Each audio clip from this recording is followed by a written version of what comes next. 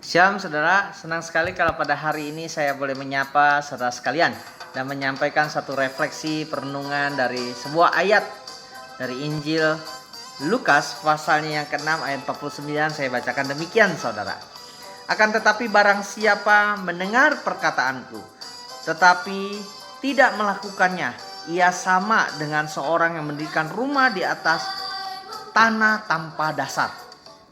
Ketika banjir melandanya, rumah itu segera rubuh dan hebatlah kerusakannya.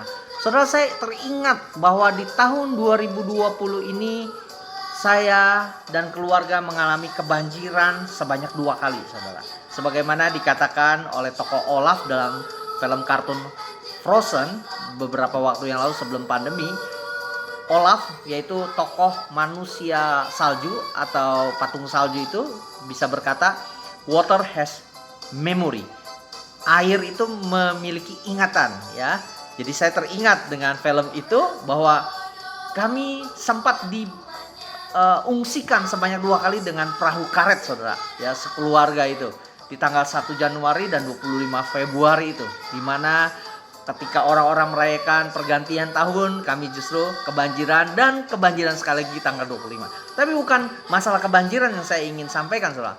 Ini adalah suatu pengantar saja, suatu ilustrasi saja bahwa rumah kami pernah dilanda banjir hingga 2 kali begitu ya dalam tahun yang sudah berlalu 2020 itu.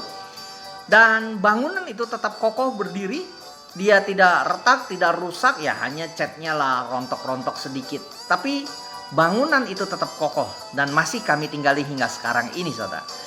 Itu karena ada dasarnya, ya. Karena rumah itu didirikan di atas dasar yang kokoh dan kuat, fondasinya kuat. Berbeda dengan bangunan-bangunan yang dibangun di atas bantaran sungai, pantai, ketika air menghandam, datang membanjiri rumah mereka, maka bangunan itu rubuh, saudara. Nah, firman Tuhan pada hari ini yang sudah kita dengar mengingatkan saya, saudara, bahwa kita harus hidup di atas bangunan kehidupan yang kokoh dengan suatu dasar. Apakah dasarnya itu, saudara?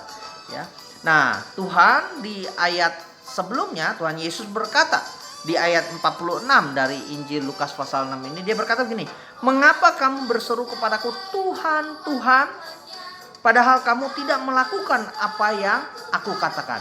Saudara, kalau kita mau membangun kehidupan kita yang dengan dasar, dengan bangunan yang kokoh, maka kita harus hidup seturut dengan apa yang Tuhan katakan.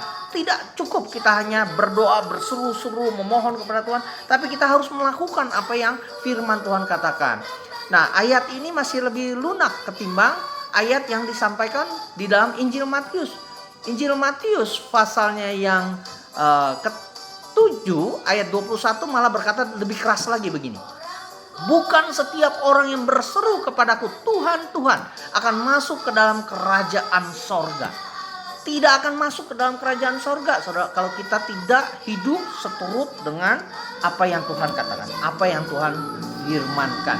Pesan Kristus sangat jelas di sini, saudara. Jika kita mengaku mengasihinya, maka kita harus mendengarkan dan mentaati perintah-perintahnya. Ya, ringkasan singkat dari perintah-perintahnya itu terdapat di dalam pasal 6 ayat 27 sampai 36. Ya, mengasihi musuh, ya, berbuat baik kepada orang-orang yang membenci kita, bermurah hati, tidak menghakimi, mengampuni dengan lapang dada, memberi dengan murah hati. Orang yang melakukan hal-hal tersebut sedang membangun dasar hidupnya di atas batu karang yang kokoh.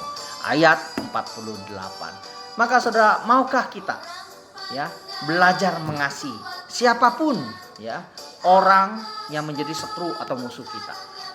Maukah kita berbuat baik terhadap para pemfitnah kita, orang yang membenci kita, yang menzolimi kita, bermurah hati kepada orang-orang yang, ya, berbuat buruk terhadap kita? Maukah kita tidak saling menghakimi? Maukah kita saling mengampuni dengan lapang dada? Memberi dengan tidak, ya, menuntut balasan, memberi dengan murah hati, dengan ikhlas. Jikalau kita mau melakukan semuanya ini, maka kita sedang membangun kehidupan kita, rumah kehidupan kita yang kokoh. Amin.